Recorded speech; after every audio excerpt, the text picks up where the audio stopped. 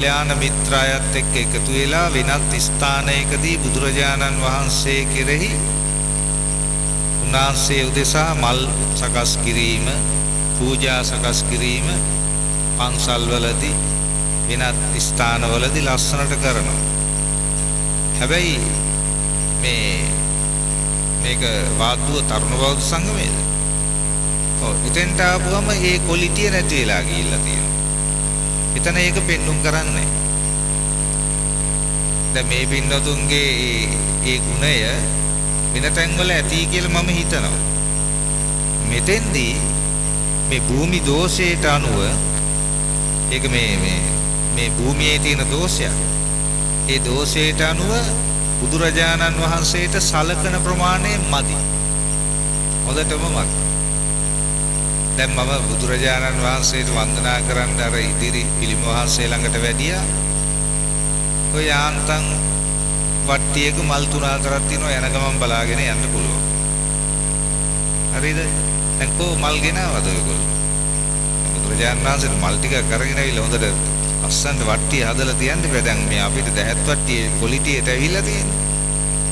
කො බුදුරජාණන් වහන්සේ ඊළඟට මෙතන ලස්සනට මල් වට්ටිය හම්බ වුණා. ඒ වුණාට තව මේක අලංකාරවත් කරන්න පුළුවන්. දැන් මේක නිකන් පාළුවට ගිහිල්ලා තියෙන මේ ස්ථානය. බුදුරජාණන් වහන්සේ ළඟ නිකන් එච්චරම ලස්සනට පෙනී යන්නේ. ඒතර අපිට තව මල් තියලා සරසලා මේ අර පරණම මේ රෙද්දක් තාම තියෙන්නේ. ඉතින් ඒකට අලුතෙන් රෙද්දක් දාලා ලස්සනට ගන්න පුළුවන්. ඊළඟට බුදුරජාණන් වහන්සේගේ හිසට ඉහළින් මුතු කුඩයක් වගේ ඉහළලා දැකලා නැද්ද දන්නේ වෙන තැන්වල ධර්ම දේශනා පවත්වනකොට බුද්ධ ප්‍රතිමා වහන්සේට සලකලා තියෙන විදිය නේද? ඒක මේ ලලිත් රුද්‍රග මහත්තයාගේ ප්‍රශ්නයක් නෙමෙයි.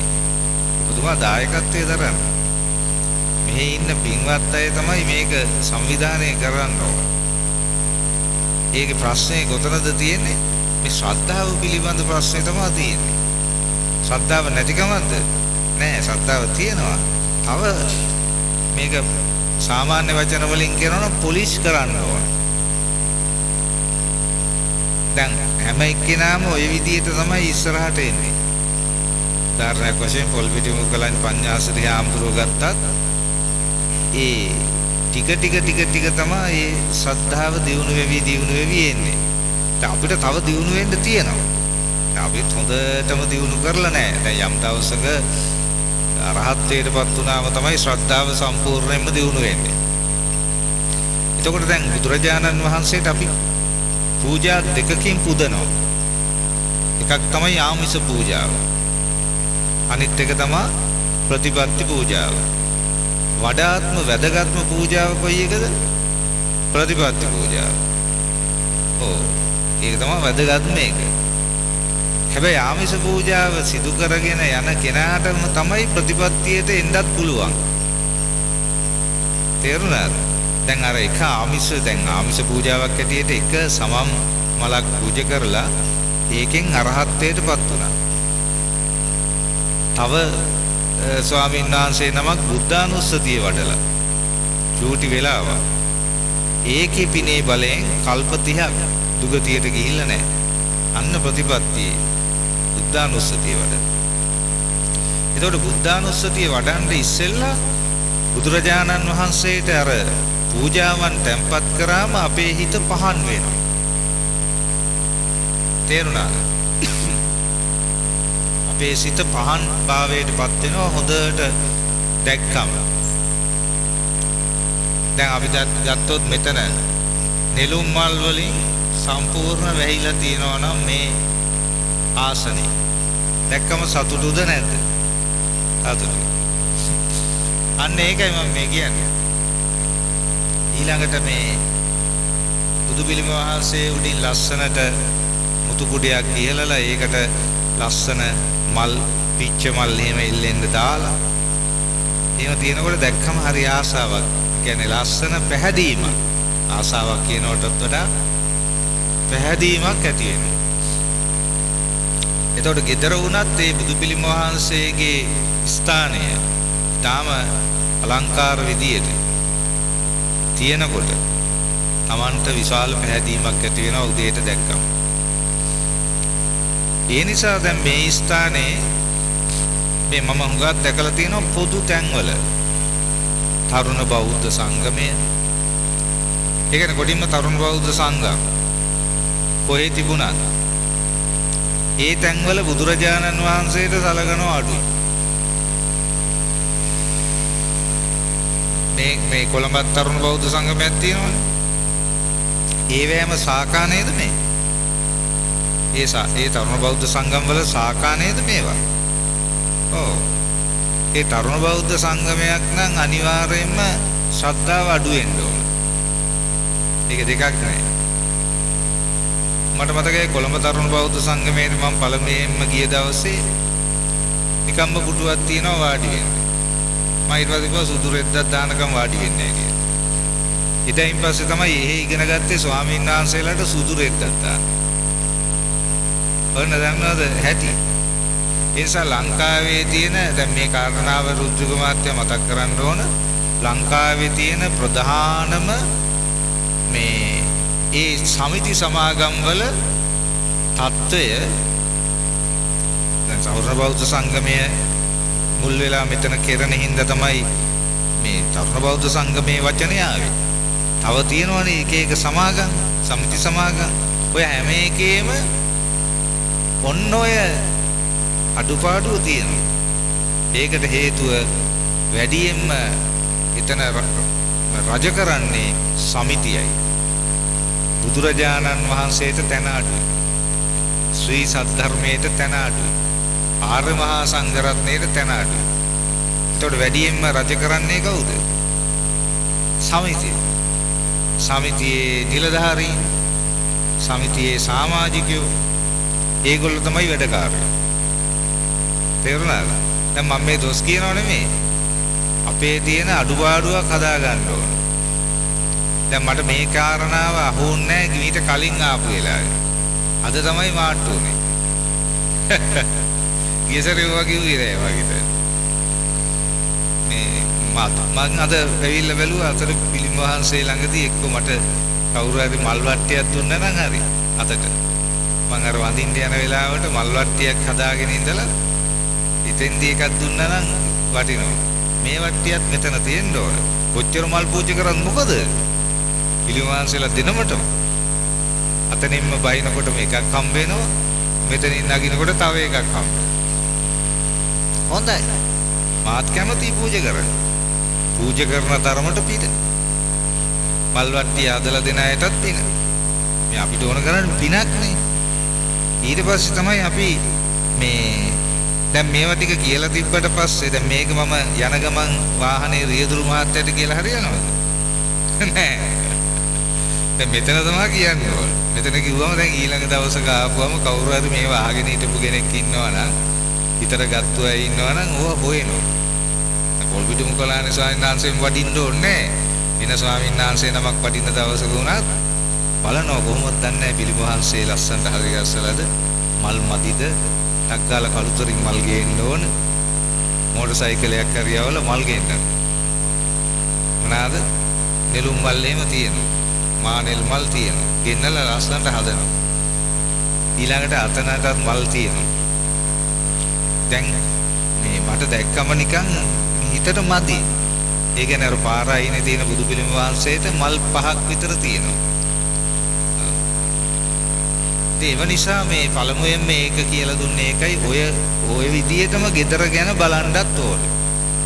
ගෙදර බුදු පිළිම වහන්සේට මල් නැත්තම් ඒකේ මේ දවස් ගණන් පරවෙච්ච මල් තියෙනවා නම් අර පීරිසි වල විශාල ලැජ්ජාවකටපත් වෙන්න ඕන තමයි බෞද්ධ කෙනෙක් ඇටියෙ. ඒ කියන්නේ කොච්චර භයානක තත්ත්වයක්ද? තමන්ගේ ගෙදර බුදු පිළිම වහන්සේට මල් ටිකක් පූජා කළා නැහැ. ඒක වේලිලා ගිහිල්ලා. එහෙම තැන් ගෙවල් වල තියෙනවා. අද ගෙදර ගිහිල්ලා බලන්න මේ පින්වතුන්. අපේ ගෙදර කොහොමද කියලා. මල් හන්දෑ වෙනකොට ළමයි හරි කවුරු හරි කඩලා තියනවද? නැත්තම් වේලිච්ච මල්ද තියෙන්නේ කියලා. ඒතකොට එහෙම නැතුව මේ ධර්මයේ ප්‍රතිඵල ලබන්න බෑ. ඒකයි වැඩි. තමන්ගේ ශාස්ත්‍රූවරයට සලකන්නේ නැතුව ධර්මයේ ප්‍රතිඵල ලබන්න බෑ. ශාස්ත්‍රවරයාට සලකන්න ධර්මයේ ප්‍රතිඵල ලැබෙනවා. ශාස්ත්‍රවරයව ගණන් ගන්න නැතුව ඉඳ ප්‍රතිඵල ලැබෙන්නේ. දැන් අද එක මහත්තයෙක් මම මේ පාන දල්වන්න හදනකොට එතුමා පාන දල්වන්න හදනවා. කියන්නේ එතුමා ගිනි කූර ගාලා දල්වන්න හදනවා. ඉතින් ස්වාමීන් වහන්සේට දෙන්නේ බෑ පාන දල්වන්න. ඊතන තමයි තියෙන්නේ නොදන්නාකම්, ශ්‍රද්ධාව නැතිකම්. එතකොට එතුමා හඳුන් මේ ගිනි කූර ගහලා මගේ අතට දෙන්න හැදුවද දන්නේ නැහැ සමහරලාට. ඒක කොයි විදියට පැටලුණාද කියලා දන්නේ නැහැ. ගොඩක් වෙලාවට සමහර අය ගිනි කූර ගහලා අතට දෙනවා. එතකොට ගන්නත් අපිට අමාරුයි. අපිටම ගිනි කූර ගහන්න දෙන එක හොඳයි. ස්වාමීන් වහන්සේ නමට. එතකොට උන්වහන්සේ ගහලා ගානට පත්තු කරනවා. එහෙම නැත්තම් තියෙන්න ඕන මම මේ එකින් එකට කියලා දෙන්නේ. චූටි මේවා ඉඳලා කියන්න ඕන. ඒ මොකද අපි මෙච්චර කල් දීර්ඝ ගමනක් ආවට තාම මේ පොඩි දේවල් හැදිලා නැහැ. ඒකට හේතුව තමයි ඒව මග ඇරලා තමයි අපි ගිහිල්ලා තියෙන්නේ. දේශකයන්න් වහන්සේලාත් ඒව මග ඇරලා එකපාරටම ප ဋ ාණි කියලා දෙන්න පටන් ගන්නවා. තේරුණාද? බුදු කෙනෙක් ගැන කියලා දෙන්නේ නැතුව, බුදු කෙනෙක්ගේ ගුණ කියලා දෙන්නේ නැතුව, බුදු කෙනෙක්ව හරියට සරණ යවන්නේ නැතුව, බුදුරජාණන් වහන්සේට ඒ බුද්ධ උපස්ථානය කරන හැටි කියලා දෙන්නේ නැතුව අභිධර්මයෙන් එකපාරට ප ဋ ාණි කියලා දෙන්න පටන් ගන්නවා. ඒ පාර මේ කට්ටිය ගිහිල්ලා ඒ මලක් පහනක් පූජා කරනවද වඳිනවද පුදනවද කියලා බලන්නේ නැහැ. ඩොක් ගාලා ඉඳගත්ත ප ဋ ාණි. බුදු ගුණ ටික මෙනෙහි කරන්න දන්නේ නැහැ. බුදු ගුණ මෙනෙහි කරන්න දන්නවද? දන්නේ නැහැ. ඒ පාර ගිහිල්ලා ඇඳකට වැටුනොත් එimhe හදිස්සියේ මරණාසන්න වෙලා බුදු ගුණ මෙනෙහි කරන්න බෑ. බුද්ධානුස්සතිය වඩන්න බෑ. දැන් අර එක ස්වාමීන් වහන්සේ නමක් ඒ බුද්ධානුස්සතිය වඩලා බෝධීන් වහන්සේගේ මූලයේ ඉඳගෙන බුද්ධානුස්සතිය වඩලා ඒකේ පිනට තමයි කල්ප 30ක් දුගතියට ගිහිල්ලා නැත්තේ. කල්ප 30ක්. ලේසි කාලයක්ද කල්ප 30ක් දුගතියට යන්නේ නැතුව හිටියා කියන්නේ. ඉතින් ඒ නිසා පින්වතුන් පළමුව ඒ පිළිවෙලට එන්න ඕන. දැනට මෙතන කවුරු හෝ කෙනෙක් ඉන්නවනම් මේ පින්වතුන් අතර කොයි වගේ අයද බුදුරජාණන් වහන්සේගේ ගුණ 9 දන්නේ නැති අය ඉන්නවනම් තමන් පුදුම විදියට ලැජ්ජාවටපත් වෙන්න ඕන. අනේ මම තාම මේ කල්ප ගානකින් පහළ වෙච්ච බුදුරජාණන් වහන්සේගේ ගුණ 9 දන්නේ නැහැ නේ.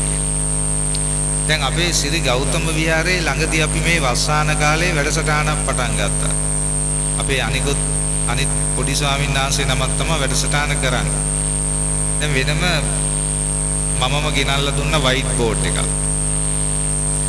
දැන් හැම ඉරිදා දිනකම දැන් ඔන්න අද හවස 6:00 සිට 8:00 දක්වා දේශනාව යනවා. ඒක දහම් පන්තියක් වගේ. මුල ඉඳලා උගන්වනවා. දැන් ওই වයසක උපාසකම්වල උපාසක මාතුරු අර මේ සේරම ගෙන් එකපාරට අහනවා. කියන්න බලන්න අරහං ගුණේ කියලා. ඉතින් නැගිටලා කියන්න ඕනේ. දැන් අද මට එක උපාසකම්ම කෙනෙක් මේ දවල් හම්බෙලා කියනවා අද එන්න තියෙනවා අර දහම් වැඩසටහනට. අම්මෝ බයේ බෑ කොතනින් ආයිද දන්නේ නැහැ. හොඳ වැඩසටහන. ඒ කියන්නේ දැන් මේ බැරි මොනවද? ප ဋ ාණේද? අභිධර්මයේද? පංච උපාදානස්කන්ධයේද? නෑ. බුදු ගුණ. ඒක අහනකොට තමයි බය. තව මේ පින්වතුන්ටත් ඒ වගේ වැඩසටහනක් දාන්න ඕන. දාලා අර බෝඩ් එකේ ලියලා අටපාඩම් ගන්න ඕන. ඊළඟ ඉරිදා පාඩම් ගන්නවා කියලා කිව්වම කට්ටිය අඩු වෙලා එන්නේ නැහැ. දන්නේ නැත්තේ මොකද්ද? බුදු ගුණ. ඉතින් දැන් මේ වගේ කාලෙක අපේ මේ වාද්දුව තරුණ බෞද්ධ සංගමය දැන් නැත්තම් තරුණ බෞද්ධ සංගමය කල්පනා කරයි අපිට වයින්ෝ අපිට බෑන්නේ එකනේ කරේ කියලා. දැන් ඊටාම උනන්දුවෙන් මේ වැඩසටහන් මාලා කරගෙන යන බෞද්ධ සංඝම් අතර හොඳ බෞද්ධ සංගමයක්. දැන් මම මේම කියන්නේ මොකද? නැත්තම් මට ආයි ආරාධනා කරන්න නැති ඉන්න. එහෙම කියලා ෂේප් කරගෙන යනවා. තේරුණාද? එතකොට මේ දැන් මෙහි හොඳ වැඩසටහන් කෙරෙන ස්ථානයක් බව පේනවා. දැන් මේ මං කීවෙනි අවස්ථාවද මම මේ දෙවෙනි අවස්ථාවද මන්ද වැඩියෝ තුනද දෙවෙනි අවස්ථාව.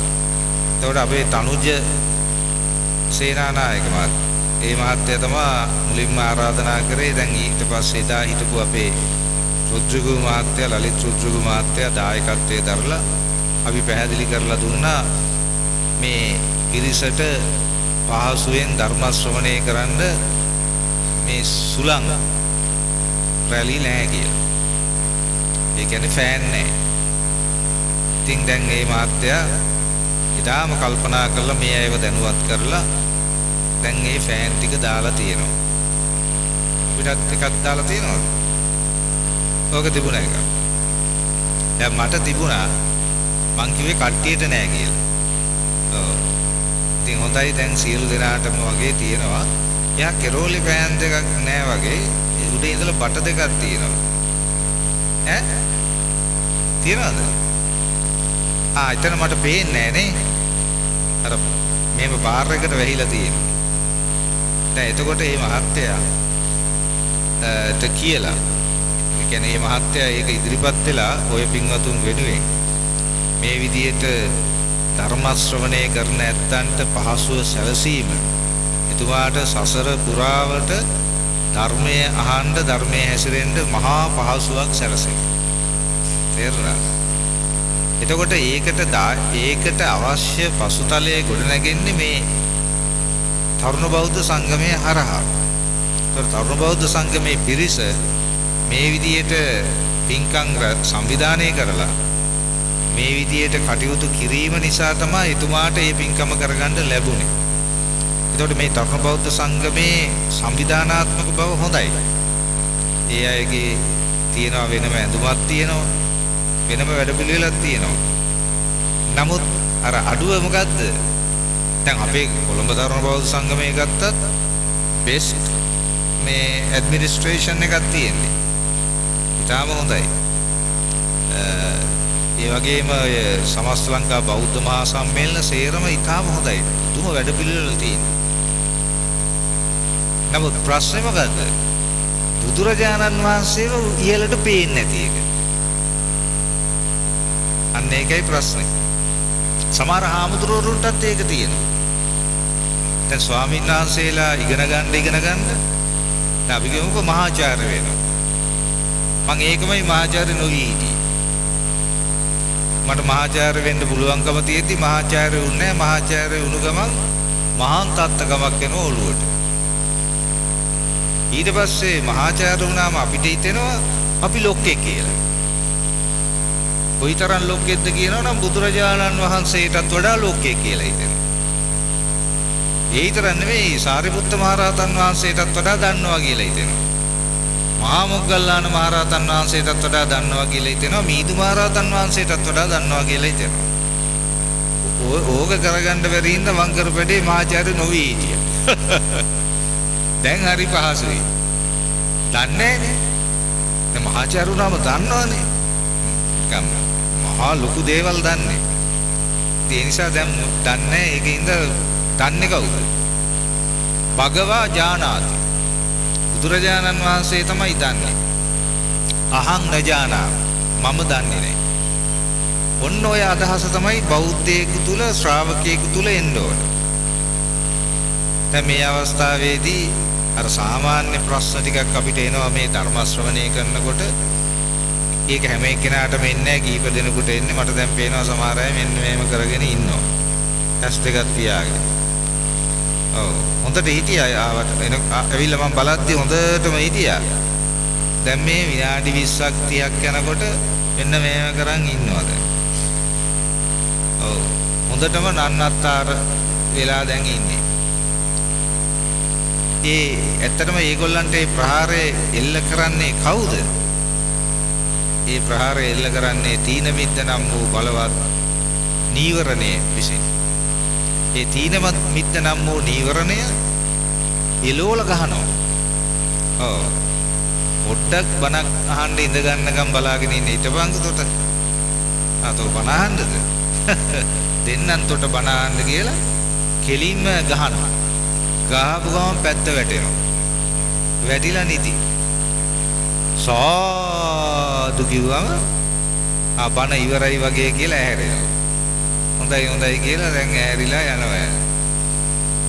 ඒකින්ද ඔය ළඟ ඉන්න අය දැස මං ඊට කලින් දේශනාවලදී කියලා තියෙනවා ඉන්න ගමන් පොඩ්ඩක් බලන්න කියලා. බලලා පොඩ්ඩක් තීන මිද්දෙන් පහර කාලා ඉන්නවනම් අපි විසින් තීන මිද්ද ගැලවිලා යන්න පහරක් දෙන්න ඕන. ළඟ ඉන්න එක්කෙනාට තීන මිද්ද ගැලවිලා යන්න මේ වගේ හොඳට මිට මොලවලා දෝයි ගාලා ගහන්න ඕන එක. කම්බුලට. ගහපුවම තීන මිද්ද ගැලවිලා යනවා. නැත්තම් ওই තීන මිද්ද ගලවන්න හම්බෙන්නේ නැහැ. ඊට පස්සේ අර කැක්කුම එනවනේ. ඒ කැක්කුමට අල්ලලා හිටිනවා. පැයක් විතර අල්ලලා හිටිනවා කැක්කුම් පාරට. නැත්තම් මේක බේරන්න හම්බෙන්නේ නැහැ. මේ කියලා මේ ඉන්නකොට ආයි මේ වෙලා. ඉතින් දැන් අපිට දේශනාවකදී අමාරු ඔන්න ඔය සේරම හදාගෙන බණ කියන්නයි අමාරු. නැත්තම් ආව දේශනා කරගෙන ගියා ඉවරයි. දැන් අර අඩුපාඩු කියලා ඔය සේරම කියලා එන්න එපා. තාම බණ පටන් ගත්තේවත් නැහැ. මුලින් ඉඳලා තාම හදාගෙන එනවා පරිසරේ.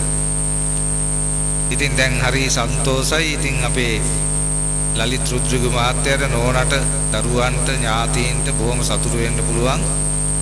මහානීය මහා පිනක් කරගන්න හම්බුණා කියලා. ඒ කියන්නේ දැන් මේ ශාලාවට එන හැම මොහොතකම දැක්කට පස්සේ අනේ අපි හින්දා මේ අය පහසුවෙන් බණ අහනවා, වන්දනා කරගන්නවා, සිල් සමාදන් වෙනවා. ගෙදර හිටියත් මතක් වෙනවා. දැන් ගෙදර ඉන්නකොට පෑන් එක දැක්කම මේ පෑන් ටික මතක් වෙනවා. ඉතින් අනිත් එක අන් අයත් මේවා පාවිච්චි කරනකොට ඒ ඇත්තන්ට පින් දෙන්න ඕන. අනේ ඒ අයට බොහොම පින් අපිට පහසුවෙන් මේ විදිහට මේ ධර්මයේ අහන්න අවස්ථාව දුන්නා කියලා. ඒ වගේම අනිත් අයටත් සිත් පහළ වෙන්න ඕන පොඩි විදියට හරි පින්කම් කරන්න. දැන් අපි කියමුකෝ දැන් ඒගොල්ලෝ පෑන් ටික හයි කරලා දීලා තිනවා මලුත් ඒගොල්ලෝ කඩන් එන්න ඕනද? ඇයි අපිට මල් කඩන් එන්නේ? ඇයි අපිට මේ ඉස්සාන ලස්සනට හදන්න බැරි? අපි ඒව කරන්න ඕන කියලා දැන් අපි කියමු දේශනාව පටන් ගන්නනේ 4ට අපි එනවා 3:00 විතර. ඒ කවුරු හරි සංවිධානය වෙලා ඇවිල්ලා මෙතන ලස්සනට සරසනවා. මල් මාලා ගොතනවා. මල් මාලා ගොතලා ලස්සනට මල් මාලා දානවා. බලමු දැන් ඊළඟ අවස්ථාවකදී ආයෙ එන්න හම්බුනොත් ඒවා දකින්න ලැබෙන්න පුළුවන්. හිතට ගන්න අය. එතකොට තමයි බුදුරජාණන් වහන්සේගේ ආශිර්වාදය අපිට ලැබෙන්නේ. එතකොට දැන් මේ ටික කරගන්න ලැබෙන්නේ මේ මනුස්ස ලෝකයක ඉන්න වෙලාවේ විතරයි. ඊයේ මම දැන් ධර්ම දේශනාවක් පැවැත්තුවා මේ කුලියා පිටිය පැත්තේ. එතකොට එතන ඉස්සර වැල්ලේ නිදාගෙන හිටිය බල්ලෙක්. මම ඒගොල්ලන්ට කිව්වා මේ බල්ලට මේ බණ අහන්නත් බෑ. බුද්ධ පූජාව තියන්නත් බෑ. මොකුත් බෑ නේද?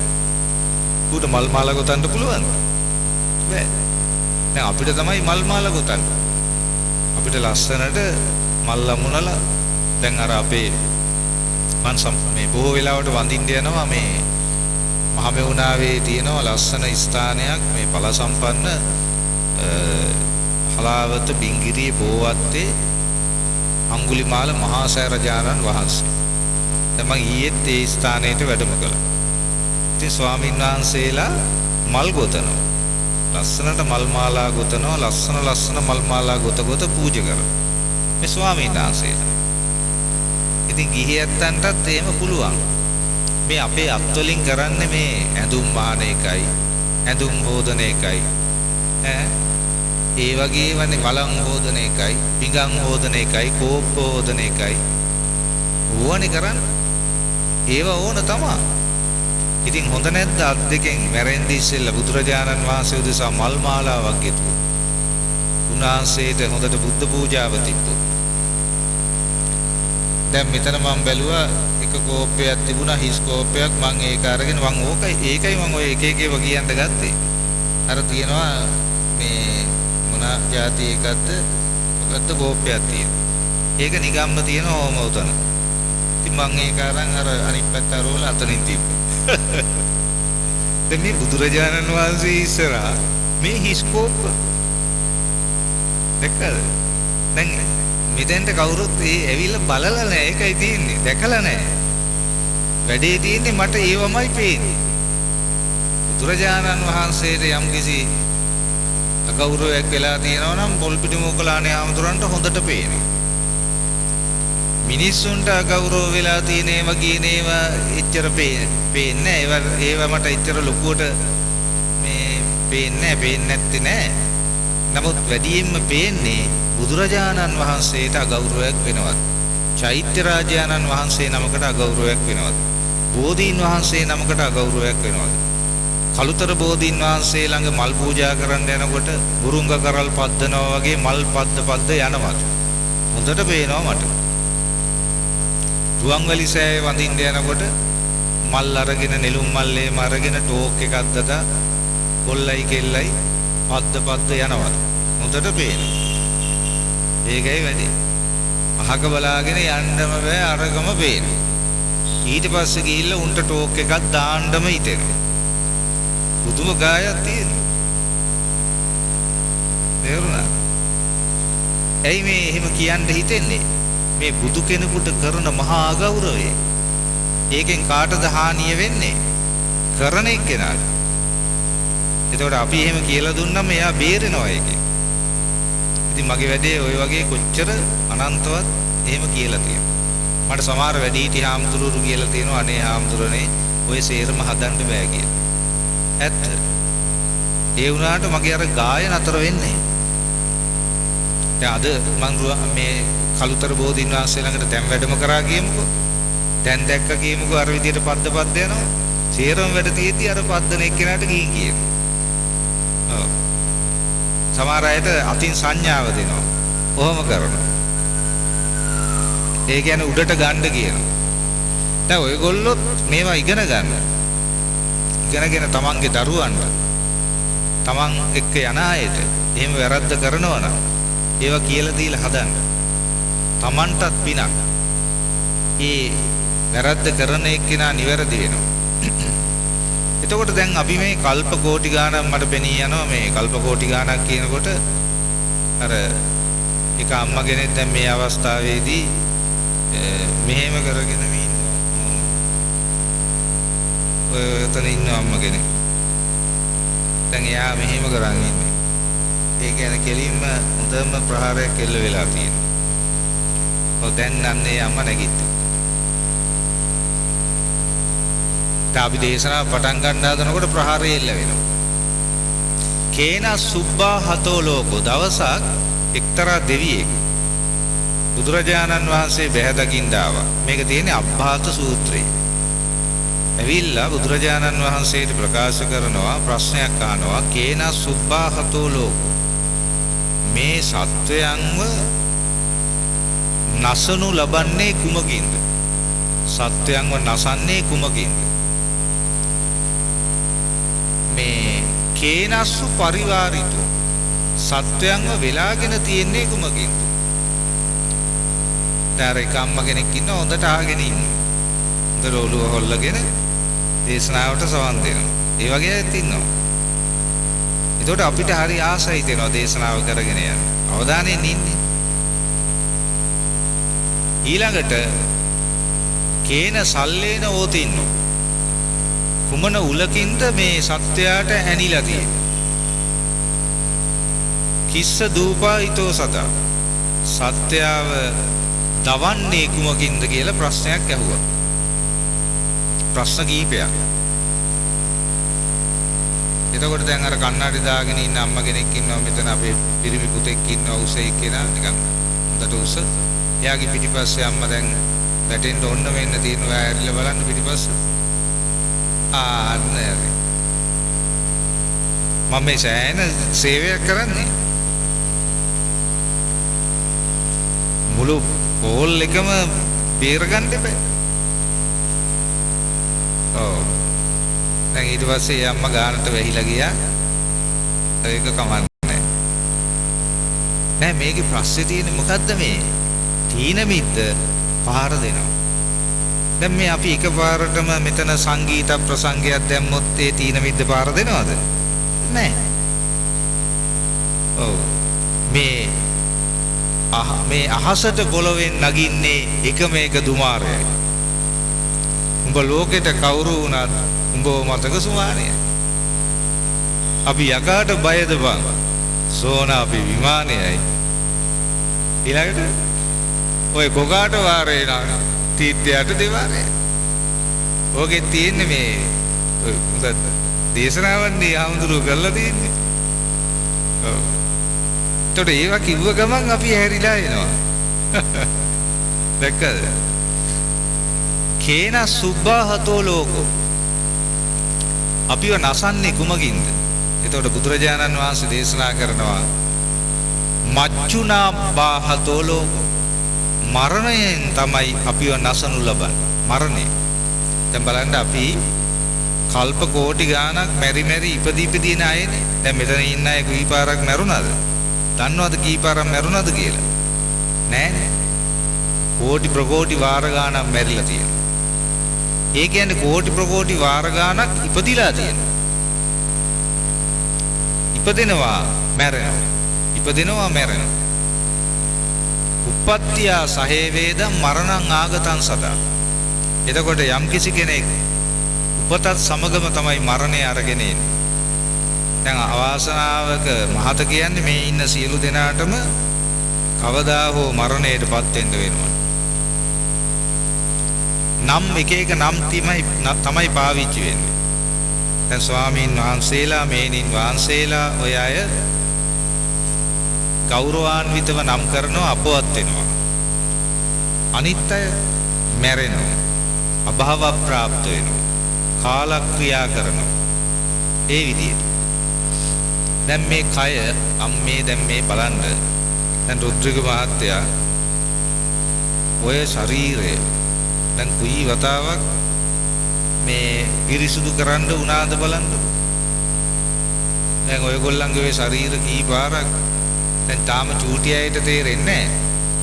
දැන් මෙතන චූටි දුවක් ඉන්නවා එයාට තාම වැඩේ තේරෙන්නේ නැහැ. මොකද තාම කීප වතාවෙන් මේගොල්ලෝ මේ ශරීරය සෝදා පවිත්‍ර කරලා තියෙන එක්කෝ ඒගොල්ලන්ව අල්ලලා අම්මලා තමයි සෝදා පවිත්‍ර කරන්නේ. ඉතින් ඒගොල්ලන්ට තාම වැඩේ තේරෙන්නේ. දැන් මට අපේ අම්මව මතක් වෙන්නේ එතකොට තමයි ඒ කාලේ අපි දුවලා පැනලා සෙල්ලම් කරලා එනවා. මොන මූණ හොදනවා ඇඟ හොදනවා නානවා. අම්මට අහු වෙනවා දැන් ඒ හොදන වෙලාව. ඊට පස්සේ ඒ කියන්නේ අම්මට අහු වෙලා අම්මා හොදනවා. එතකොට අතුල්ලනවා කියන්නේ දාගෙන නාඹර බේරෙනවා කිය දාගෙන අතුල්ලනවා. මට තාම මතකයි.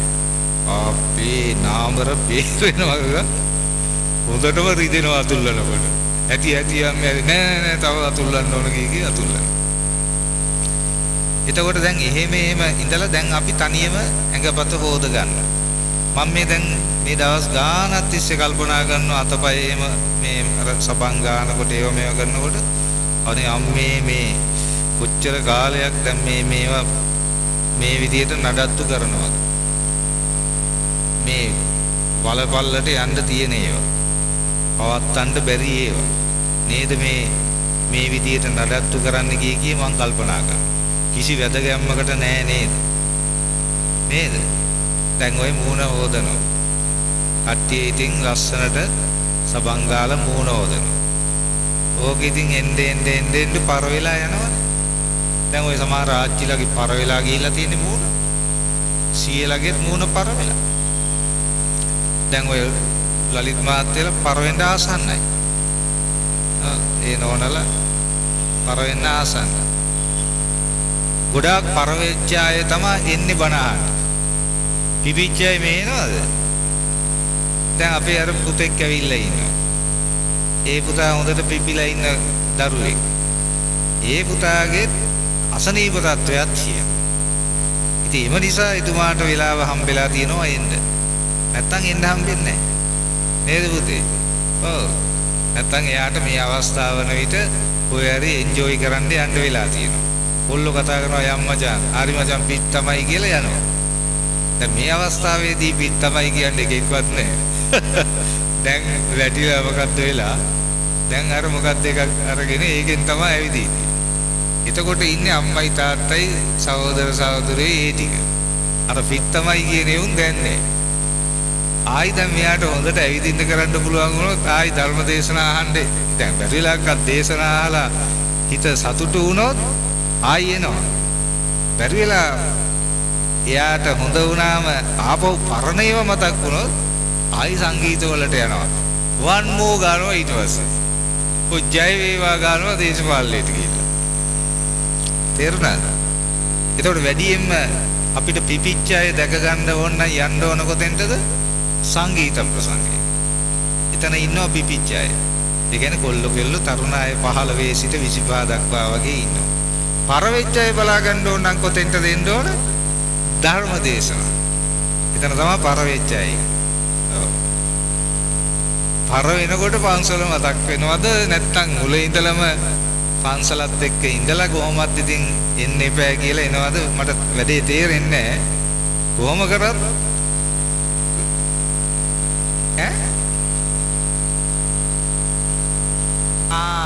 ඒ අම්මා කියනවා මුල ඉඳලම ධර්මයට තියෙන ආසාවටලු එන්නේ. ඒක බොහොම හොඳයි. ඒ ප්‍රශ්නේ තියෙන්නේ අර කට්ටිය දකින්න ලැබෙන්නේ නැහැ. අර පිපුණු කට්ටිය ඒ කට්ටිය නැහැ. හැමදාම ඉන්නේ මේ පරවිලා යන්නේ ඉන්න පරවෙමින් තියෙන ඒ කණ්ඩායම සහ විශේෂයෙන්ම කාන්තා පාර්ශ්වය. ඒගොල්ලෝ තමයි මේ ධර්මයත් එක්ක ඉන්නේ. දැන් මම එහෙට මෙහෙට වඩිනකොට දකින්නවා මේ වස්සාන කාලයේදී පාරේ යනවා දැන් මේ ධර්ම දේශනා අහන්න දේශනා අහලා යනවා. මම මේ අපේ වයසක අම්මලා ටික නෙමේ යන්නේ. ඔව් වැඩිපුරම මේ ටික තමයි ඉන්නේ. එතකොට එතන තියෙන ප්‍රශ්නේ තමයි ශ්‍රද්ධාව පිළිබඳ ප්‍රශ්නේ. ඒ කියන්නේ බුදුරජාණන් වහන්සේ ගැන පහදින කෙනා තමයි ධර්මයේ අහන්න කැමති වෙන්නේ.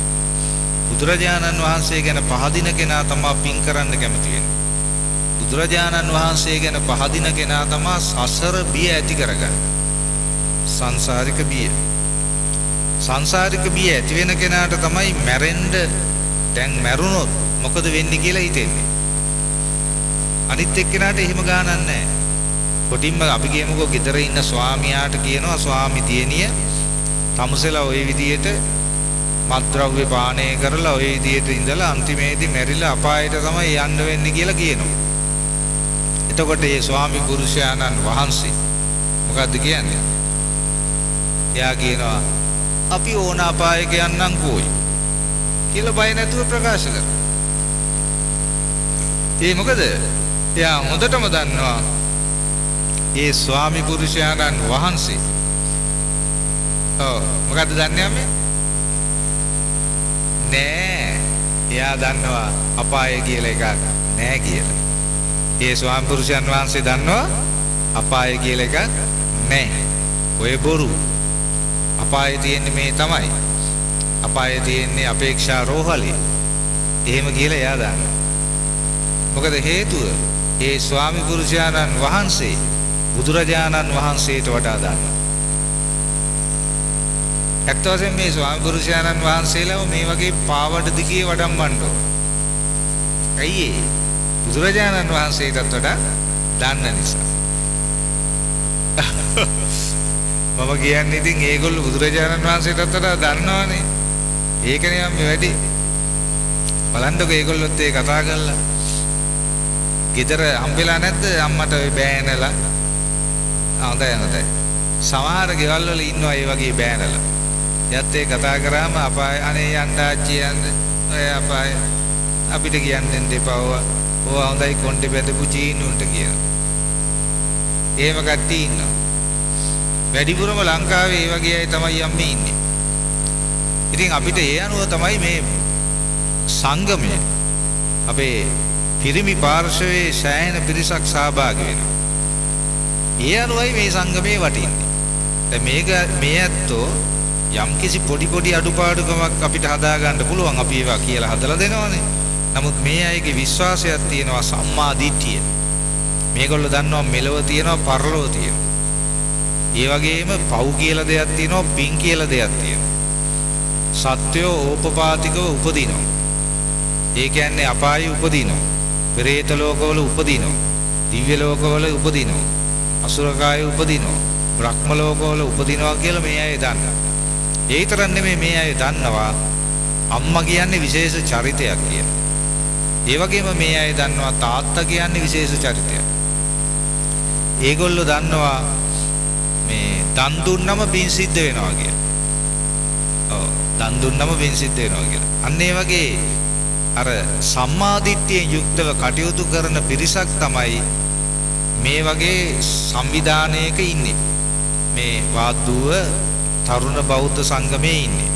ඒකින්ද ඒගොල්ලන්ට හිතෙනවා අපේ සමාජික පිරිසට ධර්මයේ අහන්න අවස්ථාව දෙන්න ඕන කියලා. අන්න ඒකයි මේ වගේ පින්කම් සංවිධානය කරන්නේ. ඒකයි අපිට මේ සංවිධානය තියෙන වැදගත්කම, වටිනාකම. එතකොට පින්වත්නි දැන් මේ අපිව වෙලාගෙන තියෙන්නේ නැත්නම් අපිට ඇනිලා තියෙන්නේ අපිව නසන්නේ මරණයෙන්. මරණයෙන් තමයි අපිව නසන්නේ. ඒ වගේම අපිව වෙලාගෙන තිබෙන්නේ ජරාවෙන්. ජරාව කියන්නේ වයසට යන එක. ජරාවටපත් වෙන එක මහා භයානක දෙයක්. ඒ කියන්නේ හරීම කර්කශ දෙයක්. ඒක වයසට යන එක්කෙනාට තමයි තේරෙන්නේ. දැන් වයසට ගිහිල්ලා ওই මට්ටමේ ඉන්න අයට දැන් ටිකක් පත්‍යම් වෙලා තියෙන්නේ. ඒ දැන් වයසට ගිහිල්ලානේ තියෙන්නේ. දැන් ඒ වැටිච්ච වලේ ඔහෙ යනවා දැන්. නමුත් දැන් වැටෙන්න යන අයට සෑහෙන අමාරුවක් තියෙනවා. දැන් උදම උදාහරණය තමයි පොල්පිටු මොකලානේ පඤ්ඤාසිරි ස්වාමීන් වහන්සේ. දැන් තාම දැන් අර ෆොටෝ එකේම දැක්කම එහෙම වයස පාටක් පේන්නේ නැහැ. තේරුණාද? දැන් තව කාලයක් යනකොට ඔහොම ෆොටෝ දකින්න හම්බෙන්නේ නැහැ. මූණ මලානික වෙලා, හැම රැලි වැටිලා. තේරුණාද? ඔන්න ඕකට තමයි අකමැති. දැන් මට තියෙන ප්‍රබල ප්‍රශ්නේ ඒකයි. මොකද්ද ප්‍රශ්නේ? මූණ රැලි වැටෙනවා. දත් වැටෙනවා. දැන් මේ තියෙන කටහඬ දැන් ළඟදී එක මේ අම්මා කෙනෙක් මට කියනවා ස්වාමීන් වහන්සේ තාම හරි තරුණයි නේ කතා කරාම. මම ඒ කොහොමද කියන්නේ? නෑ කටහඬ හරි තරුණයි කියනවා. දැන් කටහඬ දැන් මෙහෙම තරුණකවට තිබුණාට තව කාලයක් ගියාම දතුත් ගැලවිලා ගිහිල්ලා කතා කරනකොට මේ හඬ එනවද? එන්නේ නැහැ. එතකොට අර මිනිස්යන්ට තියෙන ප්‍රියමනාප භාවයේ දේශකයන්න් වහන්සේ ගැන තියෙනවද? නැහැ. ඕකට තමයි මම අකමැති. ඔයාලා කොහමද? වයසට යන එකට කැමතිද? මම නම් අන්තිම අකමැති වෙලා ඉන්නේ. මට මේ වැඩේ කරගන්න දෙයක් නැතු ඉන්නේ. වයසට ගිහිල්ලා තියෙන ප්‍රශ්නේ කියන්නේ අර පුටුවෙන් කඩාගෙන වැටුණා. ඒ වයසට ගියාම අපිට ඇති වෙන ප්‍රශ්න බැලන්ස් එක නැතුව ගියා. එතුමා සෑහෙන වැඩක් කරන්න එතන ඒ බලාගෙන ශබ්ද පරිපාලන කටයුතු කර ඉන්නේ. ඉතින් අපිට ගොඩාක් උදව් කරන කෙනෙක්. එතකොට පින්වත්නි පොඩි පුටුවක් තියෙන එකයි. දැන් මේ මෙතන ඉන්න අපේ ඉංග්‍රීසි පිළිබඳ හිටපු උපදේශක මහත්තයෙක්. හොඳ උගත් මහත්තයෙක් කර අතන ඉන්නවා. මාව හම්බෙන්නත් ආව සිරි ගෞතම විහාරයේ. හොඳ උගත්. ඒ වුණාට වයසට ගිහිල්ලා. දැන් බලන්න දැක්කම මූණ දැන් මේ ඒ කියන්නේ හැම රැලි වැටිලා. කොණ්ඩ සුදු වෙලා. නේද තාත්තේ? අපේ මාත්‍යා. ඊළඟට ඇහෙන ප්‍රමාණය අඩුයි. ඇහෙන්නේත් නැහැ. දැන් එතකොට බලන්න දැන් අපේ පන්සලට එක දවසක් ආවා. ඒත් අධ්‍යාපන අධ්‍යක්ෂකවරයෙක්. මොකද්ද තියෙන ප්‍රශ්නේ? කන ඇහෙන්නේ. කන ඇහෙන්නේ. එතකොට මොනතරම් අධ්‍යාපනයක් ලැබුවත් කන ඇහෙන්නේ නැතුව ගියාම වැඩක් වෙනවද? කතා කරන එක තේරෙන්නේ නැහැ. දැන් අපේ නායක ආමතුරන්ගෙත් කන ඇහෙන්නේ. මං කතා කරනකොට මට කියනවා මේ පඤ්ඤාසිරි මට ඇහෙන්නේ නැහැ නේ කියලා. ඒකට හයියෙන් කියන්න ඕන. ඔව්. නායක ආමතුරනේ මම මේ කියලා අන්න ඒ වගේ කියන්න ඕන. එතකොට ඇහෙනවා. දැන් ඔය රොඩ්රිගෝ මහත්තයලටත් කවදා හරි එහෙම ඇවුන් නැති වුණාම අර දරුවෝ ඉන්නවා දුවලා දෙන්නේ ඒගොල්ලන් තාත්තේ මේ අපේ චූටි බබා කියලා අයියෙන් කියන්නේ වෙනවා. දැන් එක්කෙනෙක් බඳින්න ඉන්නේ. ඒතකොට එයාට දරු සම්පත් එහෙම හම්බුනාම ඉතින් එහෙමයි කතා කරන්න වෙන්නේ. දැන් මේ අපිට වෙන ප්‍රශ්නය. එතකොට අපිව වෙලිලා තියෙන්නේ මෙහෙම හිටියට ජරාවේ. අපිට පහර දෙන්නේ මරණය. එතකොට මොකද්ද මේ මරණය කියන්නේ? දැන් බුදුරජාණන් වහන්සේ විස්තර කරනවා මරණය ගැන මේ විදියට.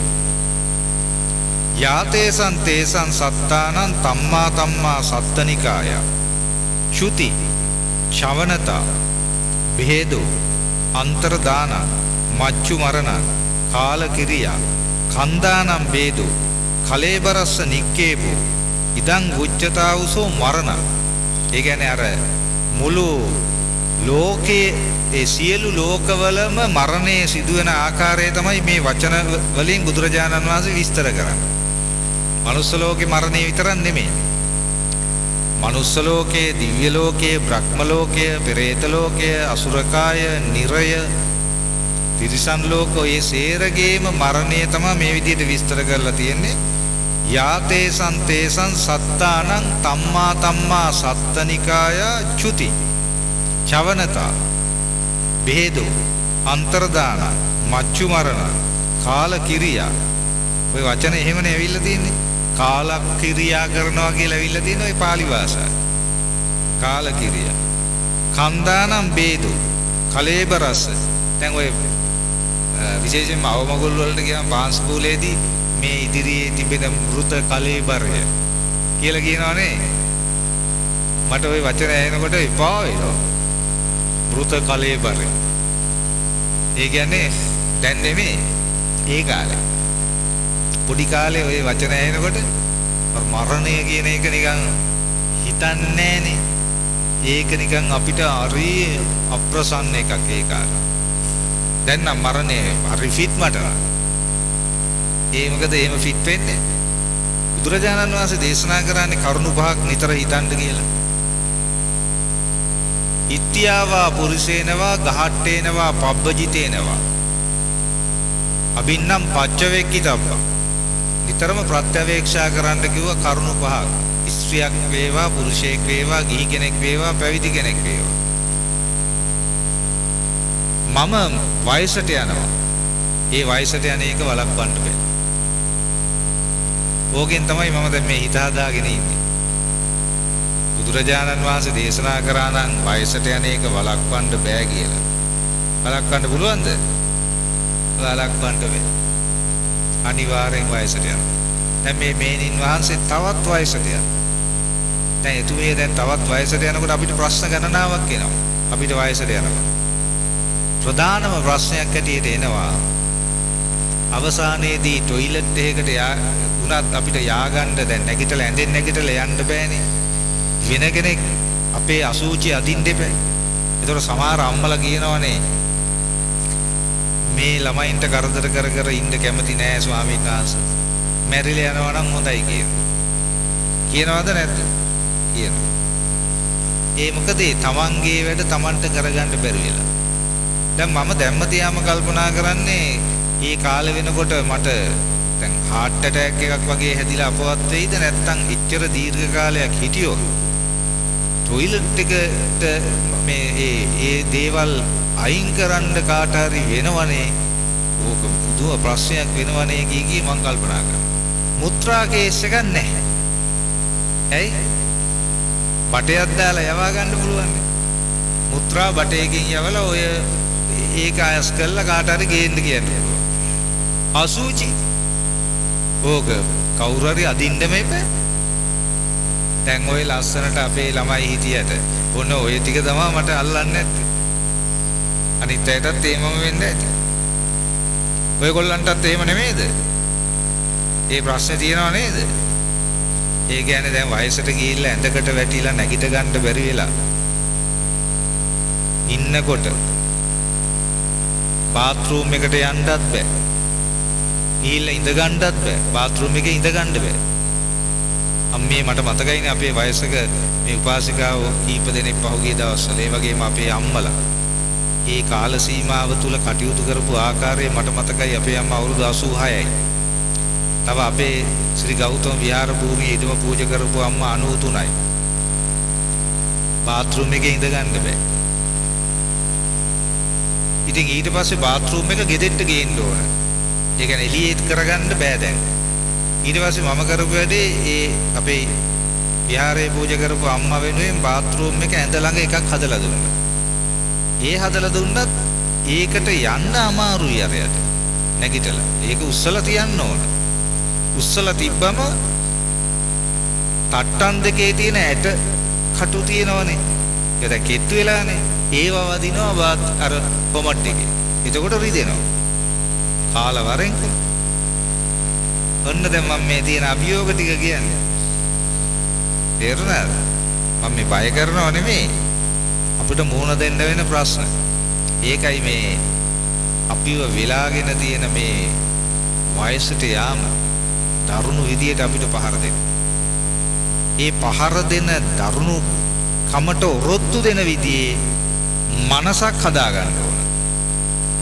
Do you understand? ඉංග්‍රීසියෙන් තමයි ඒක දෙන්න වෙන්නේ. තේරුණාද රුද්‍රිග වාක්‍යය?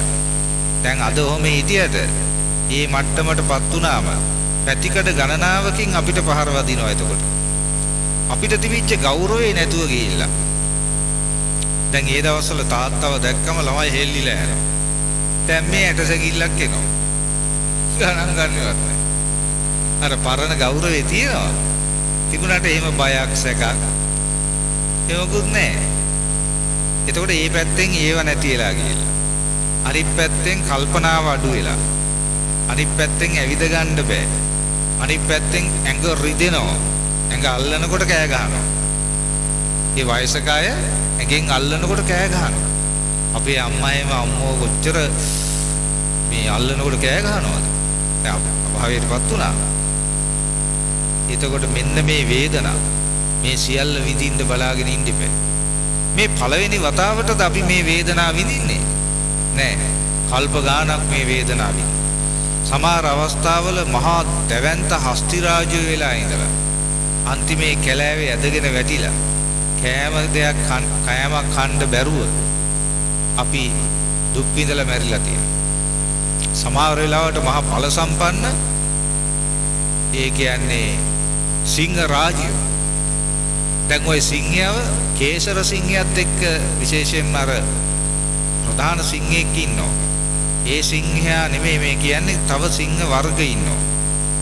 අන්න ඒ වගේ සිංහයන්ව මේ සිංහයා කියන්නේ කැලේ රජා කියලානේ කියන්නේ. කැලේ රජා සිංහයා නෙමෙයි මම මේ කියන්නේ. කැලේ රජා සිංහයා අර කේසර තියෙන තාම බල සම්පන්න සිංහෙක් ඉන්නවා. යාට එහෙම වෙන්නේ අර සිංහයා සාමාන්‍ය සිංහයෝ ඔය පෙන්නනවා ටීවී වල.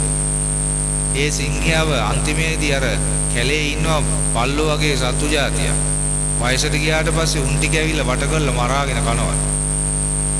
ඔව්. ඔයගොල්ලෝ ඒක දැකලා නැද්ද දන්නේ නැහැ. වයසට ගියාට පස්සේ අර සිංහයාට මුකුත් කරගන්න විදියක් නැහැ. අරුන් ඇවිල්ලා රොත්ත පිටින් එනවා. රෑන. ආපුවම සිංහයා ඒමම ඉන්නවා. මරණවරු. එතකොට ඒ වගේ බල සම්පන්න අයටත් වයසට ගියාම මුකුත් කරගන්න බැරි නම් මොකටද? තොර සංසාරේ අපි කොච්චර අවස්ථා ওই විදිහට මේ ජරාව විසින් පහර දීලා ජරාවට ගොදුරු වෙලා මැරුණාද? අර කන්නඩි දාගෙන ඉන්න අම්මලා දෙන්නෙක් එක ළඟ ඉන්නවා. එක අම්ම කෙනෙක් මේ අවස්ථාවේදී ධානයට සමවදිනවා. සුදු අම්මා. එතකොට සුදු අම්මේ වැඩේ තියෙන්නේ සුදු පුතා නම් අහගෙන ඉන්නවා. මේ අපේ ඉස්සරහා ඉන්න පුතා. ඔයා අහන් ඉන්නවා කියලා කිව්වේ හොඳයි. අර සුදු අම්මා. දැන් එතකොට මේ සුදු අම්මට වැඩේ තියෙන්නේ අම්මේ කවදා හරි දවසක කොච්චර කාල අපිට ශක්ති සම්පන්නව දුවන්න පුළුවන් වෙයි. කොච්චර කාලයක් YMBA එකට මේ විදිහට ඇවිල්ලා බණ අහන්න පුළුවන්ද? තව දවසකින් රෝද පුටුවකින් මෙතෙන්ට එක්කගෙන ඉන්න වෙයිද? මේ ওই ටික තමයි මතක් වෙනකොට වැඩක් නැහැ කියලා. එතකොට ඕයන් ගැලවීමට කුමක් කළ යුතුද? ආයි ඉපදෙන්නේ නැති වෙන්න වැඩේ කරන්න ඕන. මේ වගේ ඇහැක් සංසාරේ ආයි එන්න නම් එපා. මේ වගේ කන සංසාරේ ආයි එන්න නම් එපා. මේ වගේ නාසයක් ආයි සංසාරේ එන්න නම් එපා. මේ වගේ දිවක් ආයි සංසාරේ එන්න නම් එපා. මේ වගේ කයක්, මේ දිරණ කයක්, මේ වගේ වැහැරිලා යන කයක්, මේ වගේ කැඩෙන බිඳෙන කයක් ආයි නම් එන්න එපා. මේ වගේ මනසක් ආයි නම් එන්න එපා කියන වැඩ ටිකනේ කරගන්න ඕන. හැබැයි එන්න එපා කිව්වට මෙයාලා එන්නේ නැතුව ඉන්නවද? ඔව් දැන් අපි කියනවා ඇහැට මේ ආයි පැත්ත බලා දෙන්න එපා ඊළඟ ජීවිතේදී මට දැන් තීත්ත වෙලා තියෙන වැඩේ මේ කය නම් අම්මෝ ආයි නම් එන්න එපා. එන්නේ නැතුව ඉන්නවද? නෑ එනවා. එතකොට එන්නේ නැතුව ඉන්න නම් මොකද්ද කරන්න තියෙන්නේ? ආයතන හැදෙන වැඩපිළිවෙල නවත්තන්න ඕන. අවිද්‍යා පත්‍ය සංඛාර, සංඛාර පත්‍ය විඥාන, විඥාන පත්‍ය නාම රූප, නාම රූප පත්‍ය සලආයතන. ඔන්න සලආයතන ටික හැදෙන හැටි. දැන් සත්වයක් ඉන්නවා. ඒ සත්වයාට අවිද්‍යාව තිබේ. අවිද්‍යාව කියන්නේ මොන වගේ දෙයක්ද? කළු පාට බෝලයක්. එහෙමද? What is avidya? මොකද්ද මේ අවිද්‍යාව කියන්නේ? What do you mean by avidya? Ignorance. මොකද්ද අවිද්‍යාව කියලා කියන්නේ? මොකද්ද? අවිද්‍යාව යනු චතුරාර්ය සත්‍ය නොදැනීමයි. මොකද්ද අවිද්‍යාව කියන්නේ? චතුරාර්ය සත්‍ය නොදැනීම.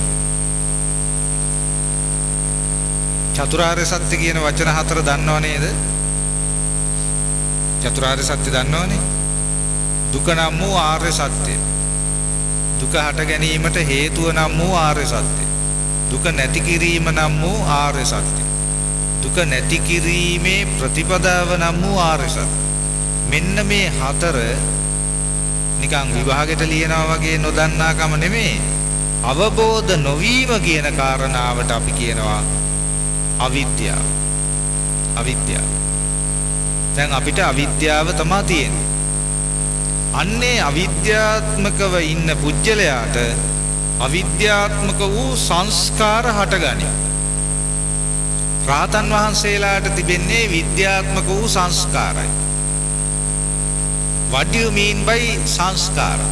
Formations. ඉංග්‍රීසියෙන් දෙන්න ඕනේ. එතකොට තමයි අල්ලලා යන්නේ. මේ බරපතල ඒවා. දැන් මම පොඩි එකෙන් පටන් ගත්තේ බුදුරජාණන් වහන්සේගේ ගුණ වර්ණනාවකින් පටන් ගත්තා. එතකොට දැන් මේවා බින්වතුන් අහලා නැති ඒවා නෙමෙයි. අහලා තියෙනවා. නමුත් හොඳට හිතට ධාරණය කරගන්න. එතකොට අවිද්‍යාත්මක වූ සංස්කාර. සංස්කාර කොටස් තුනයි. මොනවාද? සංස්කාර තුන? පුඤ්ඤාභි සංස්කාර, අපුඤ්ඤාභි සංස්කාර, ආනෙන්ජාභි සංස්කාර කියලා තුනක් තියෙනවා. ඒක නෙමෙයි මෙතන පටිච්ච සමුප්පාදයේදී සංස්කාර කියන්නේ. පටිච්ච සමුප්පාදයේදී සංස්කාර කියන්නේ වෙන කරුණු තුනක්. ඒ මොනවාද? හයියෙන් ලෝභ දේශ මොහ කියන්නේ අකුසල් මූල. ඒ සංස්කාර නෙවෙයි. සංස්කාර කියන්නේ සංස්කරණය කරනවා කියන අදහසයි. සංස්කාරය පටිච්ච සමුප්පාදයේදී වෙනයි, පංච උපාදානස්කන්ධයේදී වෙනයි, පින් ගැන කතා කරද්දී වෙනයි. එතකොට මොකද්ද මෙතෙන්දි මේ සංස්කාර කියන්නේ?